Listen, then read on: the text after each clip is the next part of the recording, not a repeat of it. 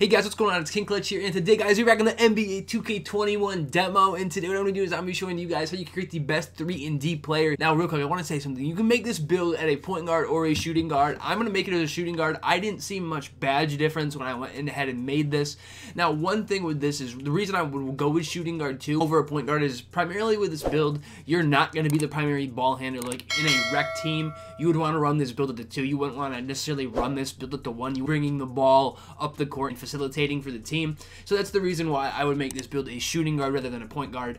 But you could go either way. I'm just going to go with the shooting guard position, the hand initial and jersey number. That stuff doesn't matter. But we're going to make this a shooting guard. For the physical profile, you know, since 2K they added like 4 more charts, there's a few more options than there would be last year. So if you're going to want to create a 3-and-D player, there's a few options. This one here, this new pie chart they added, this defense and the shooting, this is an option. But my thing with this pie chart is you're not going to be getting Hall of Fame shooting badges, and that's one key thing you want with this build. You want to be able to shoot the 3 and play defense. So with this pie chart, your defense is a little bit better, but you're not getting those shooting stats. So you're not getting those shooting badges. So to me, it's not worth it. I think the best choice still is to go with the defensive and the shooting pie chart, which is the one we had last year. So we're going to go with this pie chart here. For the physical profile, I feel like for this build, speed is the main thing you want to prioritize. And I feel like your strength is somewhat important, but with this build, I feel like being quick is probably your biggest thing. Now, you could definitely go speed and vertical too. That is an option, but with this build, you want to be able to be fast, be able to make sure you can guard, you know, point guards and things like that. You want to be able to play good defense and, you know, be able to lock up a shooting guard or a point guard if needed. So that's why I'm going to go with the pure speed chart. So we're going to go with that one. Now, when it comes to the potential guys, we're going to want to upgrade our close shot, our driving layup, our driving dunk, and then what you can do is spend all of these on shooting. You're obviously going to want to cap out your shooting, like that's the obvious part. And then what you can do is take this post fade down a little bit to a 70-60, give yourself 20 shooting badges, then upgrade your ball handle and your pass accuracy as well. It's going to give you 10 playmaking badges, upgrade perimeter D, lateral quickness, steal, and then you can spend these on defensive rebound to give yourself 18. So with these last 11 points, what you can do with these is I would say you'd want at least 2 to 3 finishing badges. So what you can do is take this up to a 27 there to give yourself 10 finishing badges. Then with these last 10 points, you could spend these on your playmaking, you could spend these on interior D, or any of these other spots.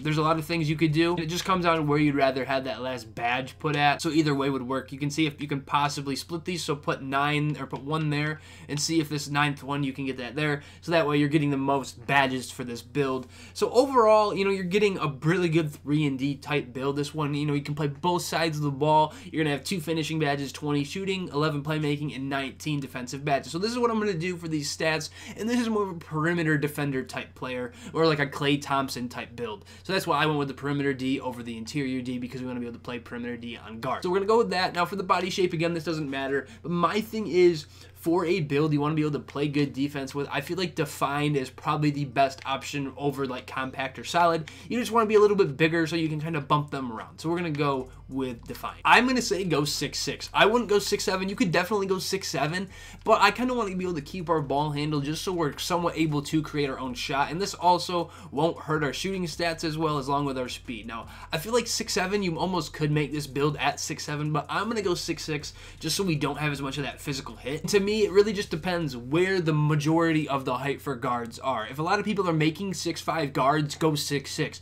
But if they're a little bit taller, if they're 6'6" or 6'7", then you're probably going to want to go an inch taller than them. I just feel like for this build, you want to be a little bit taller. For one, you can shoot your shot above 6'5" guards if the majority of them are 6'5". Also, you know, body them a little bit better if you're an inch or 2 taller. So that's kind of my thing. I'm based this off of most people making guards at 6'5", so I would say go 6'6". But you could possibly go higher if you would like. It really just depends where the main guard, you know, height seems to be. I would say 6'6", probably the safe bet either way. If people do go taller, you will be faster than them in your steal attributes and your perimeter D. You'll be quick laterally, so you could definitely go 6'6" and be fine either way, and that also doesn't hurt your shooting as bad. So we'll go with this 6'6" height. For the weight, what I would do is I wouldn't take it down, but what I would do is if you go 209 right here, you're just getting 1 boost of strength. You're not hurting anything, so you might as well just run with this 209. We can go with that. Now, for the wingspan, whenever you're making a 3-and-D type build, the wingspan is tricky because if you go up, you know, you're helping your defense, but you're hurting your shooting. You go down, you're helping your shooting, but hurting your defense. So I look at that as sort of like a lose-lose situation. So what you want to do is kind of mess with this, see if there is, on some of these with the wingspans, there are things where like if you go one way, it'll help, and the other way, it won't minus anything. So really, what you could do here, if you go up, it'll help out your steal. but if you go, it's just gonna hurt your ball handle. But really, what I'm gonna do is just leave it in the middle. I feel like for this build, that's the easiest choice, and it just, you know, helps out your stats the most. So we're just gonna leave it here in the middle. That's 82.5. And now for the takeovers, I feel like this really comes down, you could take either. If you want to, you know, be a lock, you could pick lock takeover, but if you want to be a spot up shooter, pick spot up shooter. I feel like for this build, those are really the only two options, and you could take either of these. They're both good choices. I really don't feel like there's a lose situation. Like, I really don't feel like one's better or worse than the other. It really just depends how you want to play. If you want to be the defensive anchor, go ahead and take that, or if you just want to shoot, you know, take spot up shooter. Either one works. I really don't feel like there's an issue either way. It comes down to personal preference. I'm just going to go with spot up shooter, so when I'm playing the demo, I can mess with it, but you could easily go lock takeover. We'll go spot up shooter, and then for this build, guys, we are going to get a perimeter lockdown similar to Ray Allen, Victor Oladipo, and Drew Holiday. And Ray Allen's listed first, you know, one of the best three-point shooters of all time. So we're going to go with this, and then I'm going to go and show you guys the badges I would throw on this perimeter lockdown build here in NBA 2K21. So for these two finishing badges, I'm just going to put this on fancy footwork and slithery finisher, but again, these don't really matter. You can put these wherever you'd like. I'm just going to leave those there. When it comes to these shooting badges, again, since we don't have quick draw, we'll save ourselves a few badge points. But I feel like range extender is important on a build like this. You want to be able to shoot from deep, obviously. Difficult shots so you can shoot runners, catch and shoot in corner, just so you're able to get those. Deadeye, we'll throw that up the goal. Now I'm gonna add Hot Zone Hunter, but I'm just gonna say this for like the demo purposes. I wouldn't really add Hot Zone Hunter because you don't have any Hot Zones, so why would you put Hot Zone Hunter on the demo build? I'm just gonna say that. Realistically, I would throw Hot Zone Hunter on here though. Green Machine, I feel like is a good badge to use. Volume Shooter as well. Now what I'm gonna do is just higher up some of these other ones. Higher up catch and shoot in corner. Now realistically, I would say use Hot Zone Hunter, but for this, for the demo purposes, I feel like it's not really worth using, so I'm just going to hire up difficult shot. I want to see if it works this year, but again, flexible release could work too. If you feel like you're having a hard time with the new meter, you could definitely try that. But Hot Zone Hunter, again, would be a badge I would try, but just not in the demo because we don't have any Hot Zones, so there's really not a reason to use Hot Zone Hunter. But this is what I would do for the shooting badges on this 3-and-D build, guys, and then for these playmaking badges, handles for days on gold's a must, quick first step on gold is a must, and space creator as well, so we're able to create our own shot. Now, bailout would be used if we were running this in the rec, but for this demo, you really don't need it, so I wouldn't try that. No, I'm just going to throw tight handles up to silver so we're able to get that, maybe break down our defender a little bit easier. So we're going to go like that for our playmaking badges.